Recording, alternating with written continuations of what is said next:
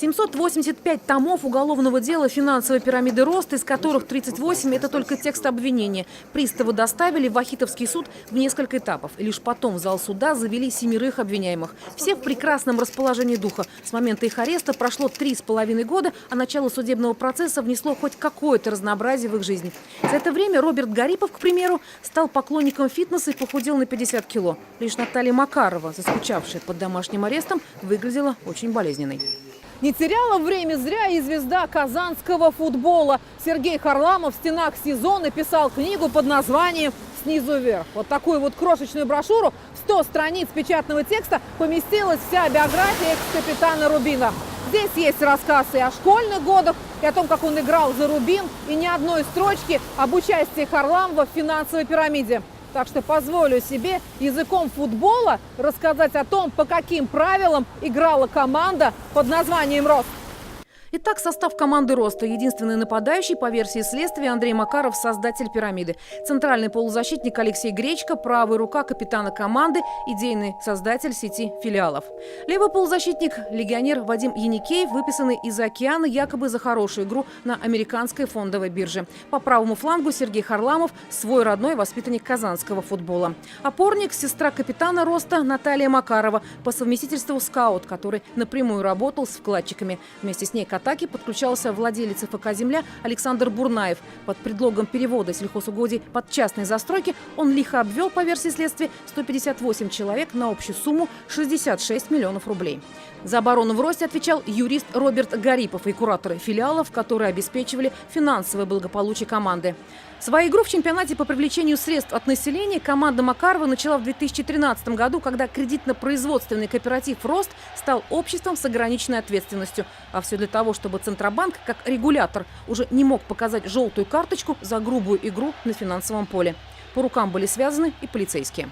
Лезть, значит, непосредственно в финансово-хозяйственную деятельность предприятия, не имея на руках уголовного дела, подразделения БИПК тоже не могут. Это будет с нашей стороны уже нарушение. В оперативную разработку «Рост» попал после того, как начал широкомасштабную рекламную кампанию. Креативность рекламы дала свои плоды, деньги потекли рекою. По версии следствия, за год своей деятельности «Рост» взял взаймы у населения около 2 миллиардов рублей.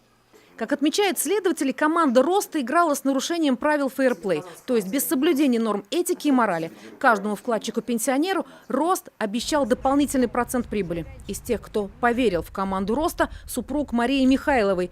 В пирамиду мужчина вложил последнее – 180 тысяч рублей. Вклады, которые лежат в банках, они под маленькие проценты. Муж просто мне сказал: давай хоть немножечко какую-нибудь получим, небольшую прибыль. Вкладчики верили каждому слову инвесторов, которые якобы вкладывали деньги в развитие дочерних фирм по строительству коттеджей, прокату автомобилей премиум-класса, продаже синтетического каучука. А на деле вели роскошную жизнь, не стесняясь выкладывать видео в интернете. Вот, к примеру, Вадим Яникеев в окружении молодых красавиц после окончания конкурса «Мисс Караганда». Харламов в Казани спонсирует любительский футбол, а доктор философии Яникеев читает студентам лекции по экономике, продвигая несуществующий браузер Даксол. Пустышкой оказался проект выхода «Роста» с месторождением марганца на американскую фондовую биржу. Компания «Ростинг» зарегистрирована в США, в штате Невада.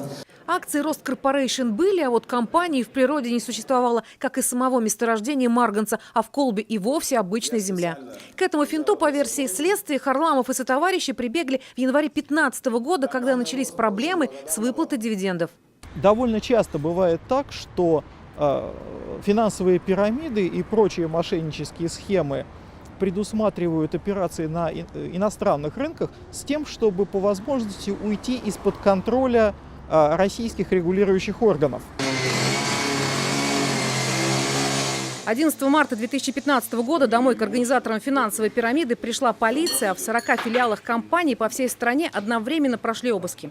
По словам татарстанских оперативников, промедли с началом операции еще на пару недель, и организаторы пирамиды могли бы скрыться за границей.